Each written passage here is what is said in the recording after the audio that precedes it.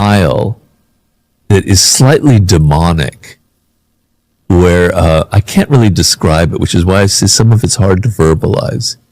But it doesn't feel like it's directed towards other people. So oftentimes when you smile and you laugh, it's a social thing, right? You're responding to other people. You can't really control it. Somebody tells a joke or you hear something and you're laughing and there's kind of a communion going on between you. But the narcissist, there's something, they're just stuck inside themselves. There's kind of a demonic quality to when they laugh and to when they smile.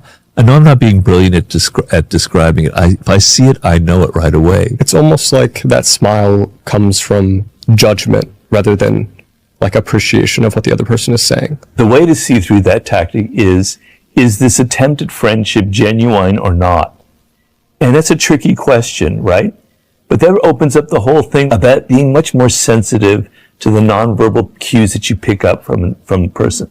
Because what often happens with women is that they sense something is wrong with the man from the first time they meet him. But then they drop the suspicion very quickly. They think, oh, he's not so bad, or I had it all wrong. But actually that first instinct was very right. So you have to trust your instincts, and you have to trust that this person that is trying to become your friend, they're giving off signs that there's something kind of cold about it. It doesn't feel genuine, right? It feels like a tactic. And we can get into that later because I would love to, actually, if you don't mind just giving us a few now. So one thing that a man will do if he's using this kind of tactic is he's in a bit of a hurry, right? Because, Jesus Christ, I don't have 6 months to become friends with this woman. I want to sleep with her tomorrow, right? So he's in a bit of a hurry. So his effort to be a friend is kind of rushed. He really likes you, right? But he's texting you, he's talking about you, asking you questions and all these other things. But it seems kind of rushed. In a period of like a week or so, he's suddenly your friend now. That is a sure sign that something else is going on. Because if you genuinely want to be a friend of someone, you're willing to take your time, right? So the calculating seducer is probably after sex fairly quickly, right? Or an abusive relationship. And I've got a quote, even the strongest can be made vulnerable if you isolate them from their nests and safety nets. Okay. So this is a manipulative tactic. There's no doubt about it. People have their own kind of context, their family, their friends, their workplace. And sometimes if you can isolate them from that context, they become much more vulnerable to you, right? They don't have any friends, they don't have any support anymore, so they only can rely on you. And it's something that is done over time, right? So if you're confronting with a male seducer who is trying to turn you off from your friends, who's making it so that your best friend, oh, I don't think you should trust her, I think she's up to something, right? He's trying to do things like that. He's trying to alienate you from your family. I think your parents were really awful to you, etc., is a very classic technique, because in your sense of isolation, you're much more vulnerable to getting support from this particular person. And so one of the tactics that I talk about in the book is taking the person to another country or to another place where they, even on a holiday or a vacation, where they feel unsupported, where they feel a little bit alone and isolated for several weeks, kind of break down that element and make them want to turn to you for trust and support.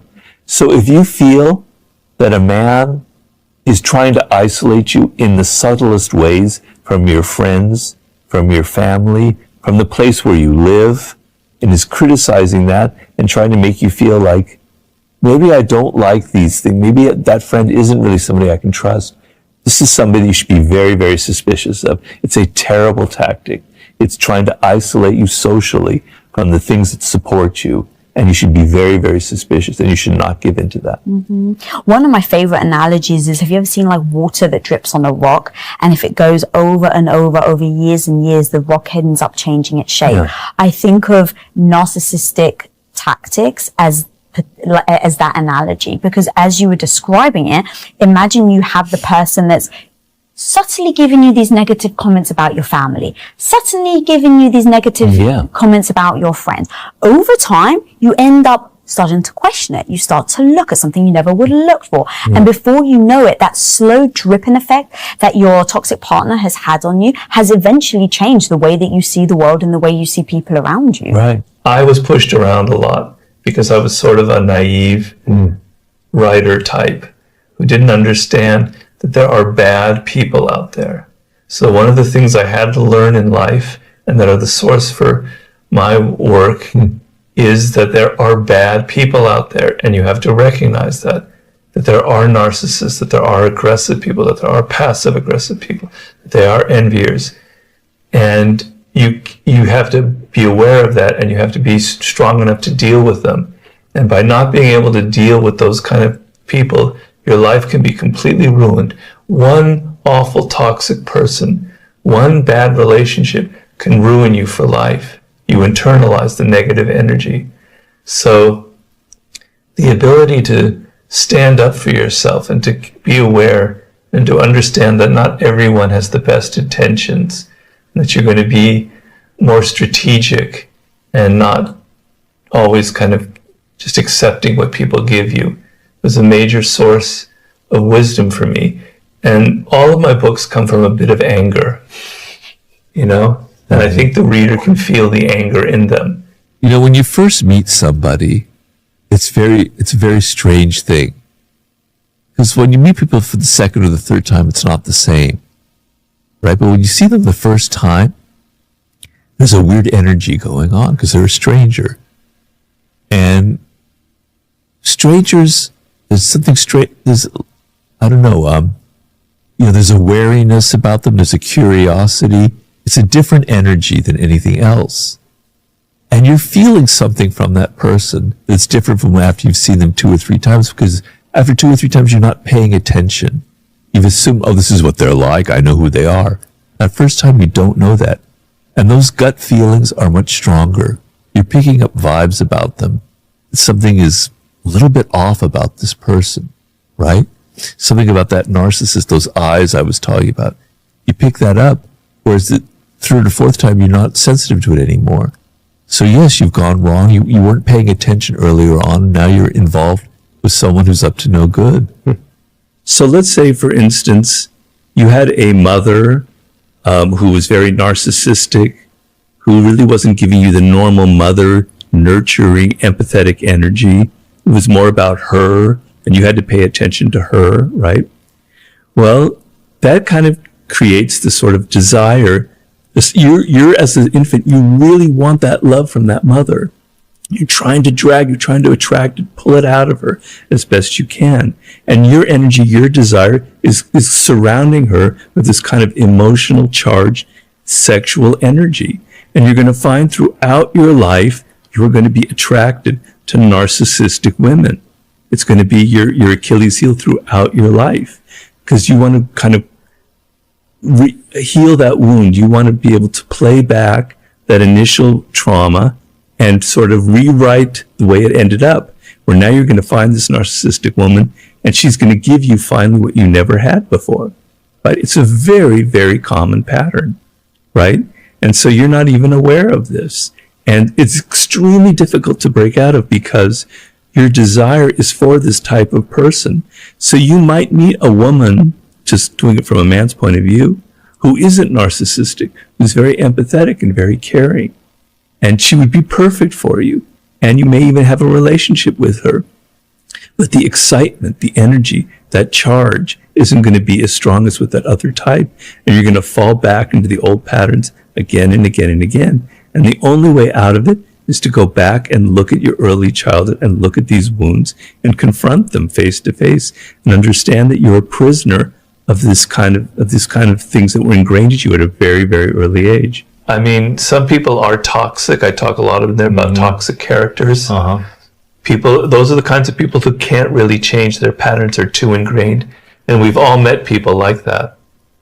We've all had to deal with a narcissist who's so deeply self-absorbed There's nothing that's ever going to save them or pull them out of Really? that self-absorption. Unless they have like a near-death experience, or they have someone close to them, That's like true. Something where it's That's like true. a big awakening, That's true. or they get sick or whatever, right? You're right. That happens. That does happen. Sometimes. Sometimes it does. But you have to be honest that there are people out there. You can't be naive. There are people out there who are toxic, who are dangerous, who can ruin your life. You hire the wrong person. And I've dealt with in my consulting with a lot of people who hired a business partner who ended up sort of taking the business from them. Very common scenario.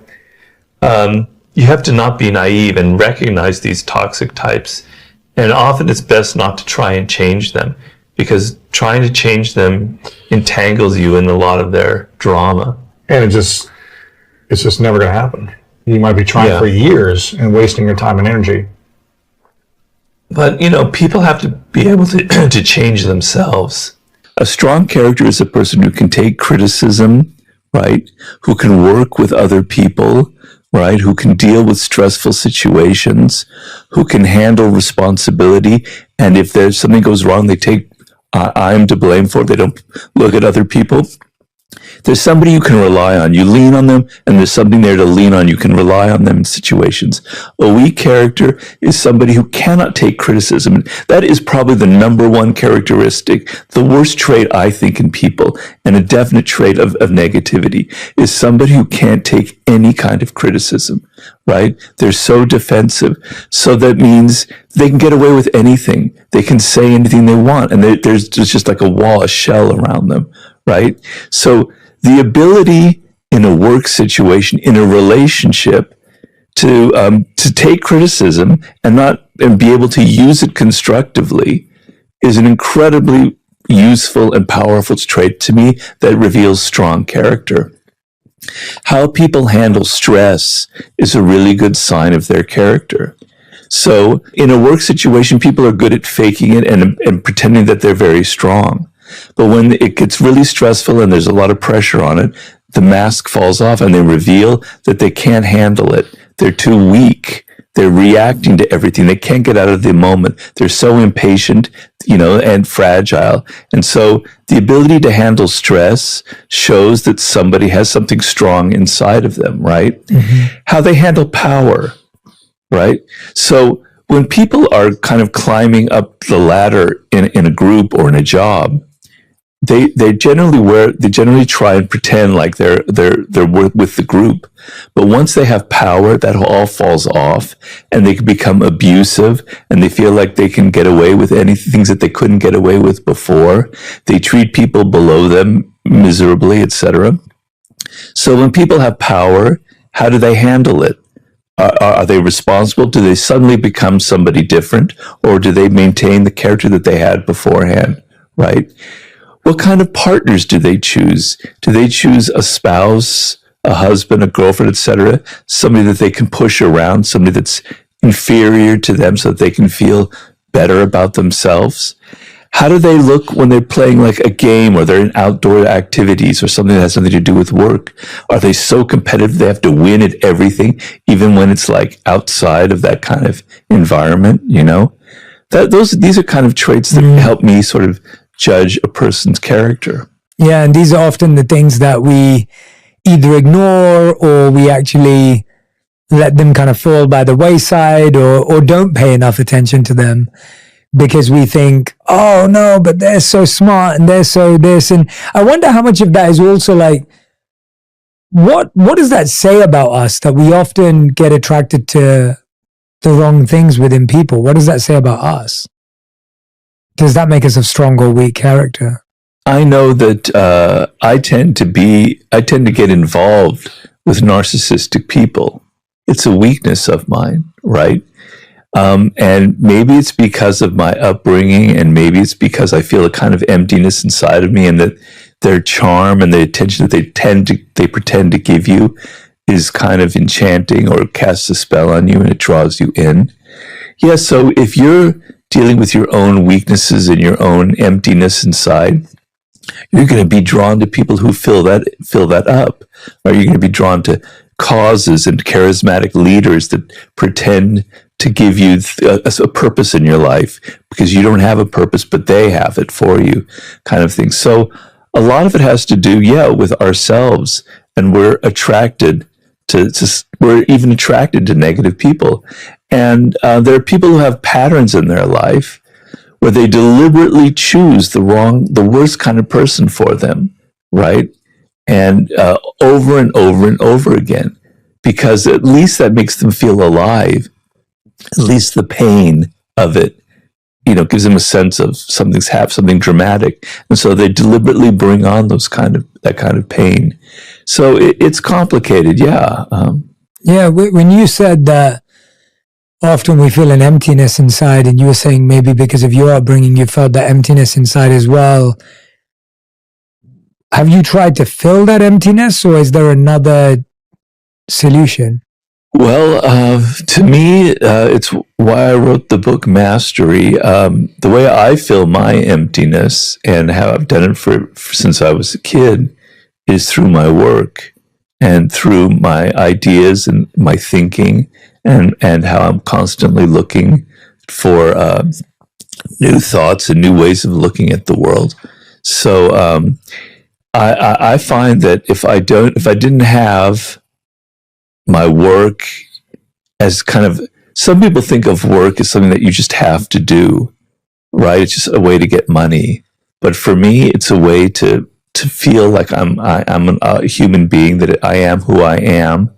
I was destined to write these books, and it gives me every day I wake up and I know this is what I need to accomplish, et cetera, et cetera. And so that's why I read so many books. That's why I'm so intrigued by ideas. That's why I'm writing a book right now about a subject that very much captivates me, because it does feel that inner kind of emptiness. But on the other hand, as someone who meditates and practices a form of Zen meditation, there is a purpose to emptiness, right? It's not necessarily good to be always having to fill things up in your brain, like you're just pouring food into your system. There is something actually kind of intrinsically beautiful about the idea that there is emptiness, that I don't really have a self, that there is actually that there is no such thing as a mind. Actually, it's an illusion that we create, right?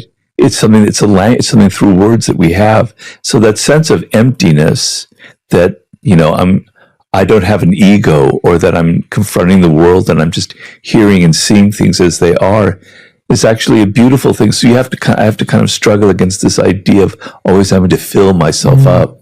What's something you were saying you like observing humans and humanity? What's something that you've observed about humans over time that surprised you?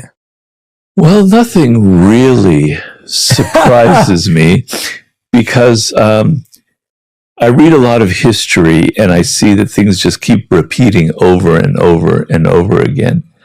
I know, though, since I had my stroke, and since I'm physically weak and there are things I can't do anymore, I've actually noticed that people respond to me differently, and it's actually very positive. So sometimes I can be very negative about people. That's kind of my inclination. That's how my mind tends to work, which is not necessarily a good thing. We all have these attitudes that make us look at the world a certain way. I tend to have a negative bent towards human nature. But I must say, people have been very, very kind to me since I've had my stroke. And it's sad that you have to have an accident like that to be able to perceive it. But I've seen another side where everyone wants to help me. They kind of empathize with the fact that I'm a little bit helpless in these situations. And it's also made me kind of feel differently about other people who have disabilities or things that they can't help in their lives. But the sense of I'm a little bit helpless and people are really eager to try and help me actually is something that has kind of surprised me in a way. Yeah, I liked what you said there, that it's sad that someone has to go through something for us to then show that sides of ourselves, which means that it's always there. It means that it exists inherently within us. Yeah. Do you think it's because why do you think that is? Why do you think that is, that if it's inherently there, we don't display it at all times to all people? I don't know. I mean, we're all born with a capacity for empathy. It's something that interests me a lot because the feeling that I'm connecting very deeply to another person, let's say my wife, etc., is a very overpowering emotion. It gets me out of myself, and I'm seeing the world through her eyes, as opposed to me always projecting myself onto her. It's a very moving experience. And sometimes you go to a movie and you find yourself getting inside the characters, you're getting outside of yourself, and you're feeling this empathy for them, you're identifying with them. These are all very powerful emotions, right? And we all have the capacity for that. But the world we live in is actually a machinery to deaden those emotions, that sense of empathy, right? It just puts so much emphasis on ourselves, on our individuality, on who we are, our needs, the attention that we want, that we deserve. We're so focused on ourselves that natural feeling of wanting to get inside of another person. And it's very strange, Jay, because if you think about it, our inner lives are actually quite boring. The same thoughts repeat over and over and over again, the same emotions, the same preoccupations, the same anxieties. And other people, they're so different. They have their own worlds, right? It's like traveling to another country. So we should actually be much more oriented towards other people. We should have a natural interest in their world because it takes us out of ourselves. It's like therapy. But it's been deadened by so many things in our world, by social media, by the pressures we're under, by just modern lifestyle. And so that empathetic muscle that everybody has is kind of atrophying. And yet there'll be moments where it kind of sparks to life and you feel like, God, I want that. I want more of that in my life, more of that in my world. How do I get it? What would you say is your most repeated thought on a daily basis? Like, what do I need to do today? What's on my schedule? So like I'm meditating in the morning and I'm trying to empty my mind and I'm going into what's known as a koan, right? And then these thoughts keep bubbling up and they're so annoying and it makes you aware of of the machinery of your own mind. And so to answer your question, it's always like, oh, did you remember that you have to call this person this afternoon? Did you remember that you have to change that reservation? Do you remember that you have to do this, that, the other? Scheduling things. So unimportant, so trivial, where I'm trying to open my mind up to something vast and important. It's little things like scheduling and stuff like that. Then there'll be other thoughts that will be repeating, like if I saw a movie from it, images will keep popping up from that and such. It makes you aware that you're not in control of your own mind, right? How have you found over time with meditation and other practices, what have you used in order to start quietening, emptying, whatever the right word is for you, releasing those thoughts so that you can connect with the vastness, be creative or self-express? Wow, it's not easy and it's an ongoing process. And I could say I'm maybe 10% of the way where I'd like to be. But first of all, you recognize, you go through a thing where a thought pops up and it's like, why am I thinking about that? I don't like it. You realize that it's just a thought. And what is a thought? Now I know we're getting really weird and metaphysical here. I like it. But it's not real. It's a phantom, right? It has no reality. Reality is your body, the present moment, the birds outside, the sky, where you are sitting, the fact that you're alive, that your blood is pumping. These are real. But that thought in your mind is a shadow. It's a phantom. It doesn't exist. It has no reality.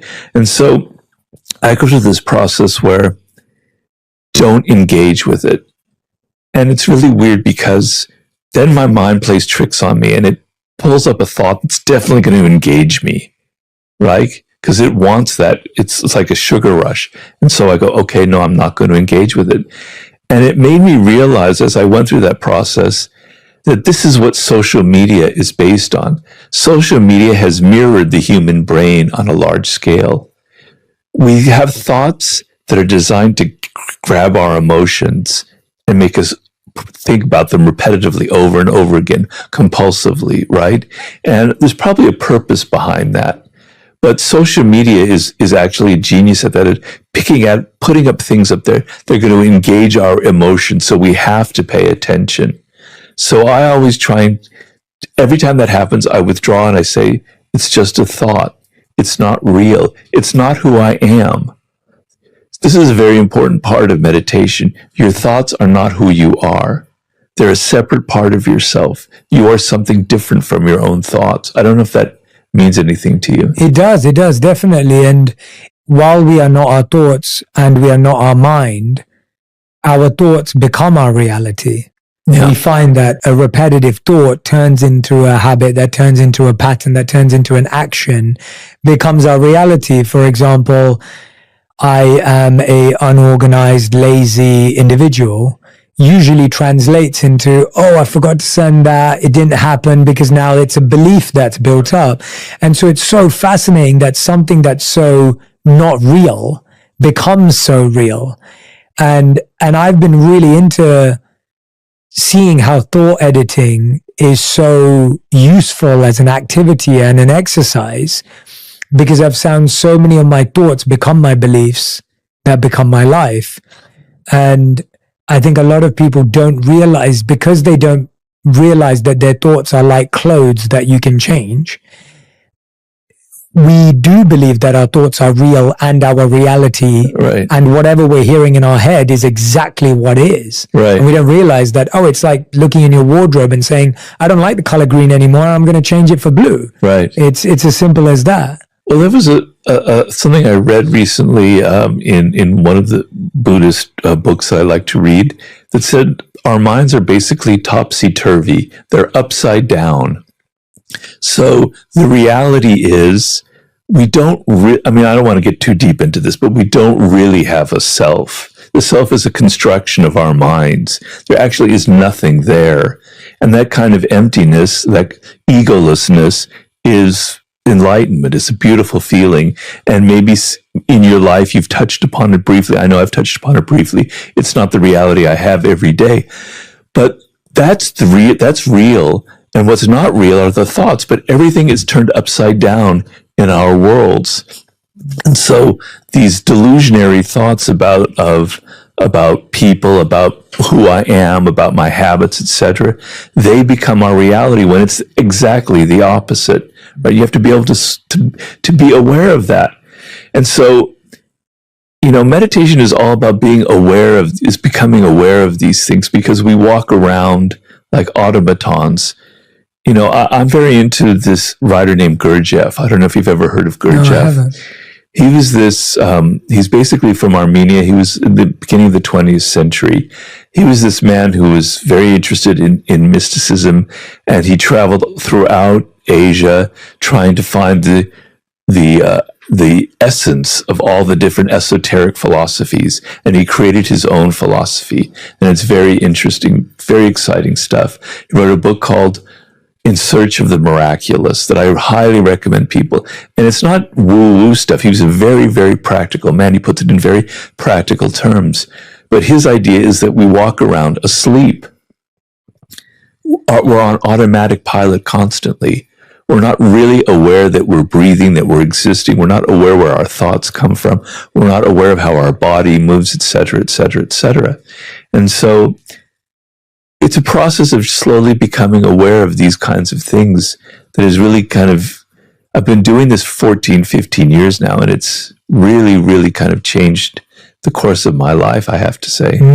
Yeah, I love that. And I can't wait to read that book now. And I couldn't agree more. I feel we're so disconnected from our mind and body that we constantly believe that someone outside of ourselves has the answer for how we feel.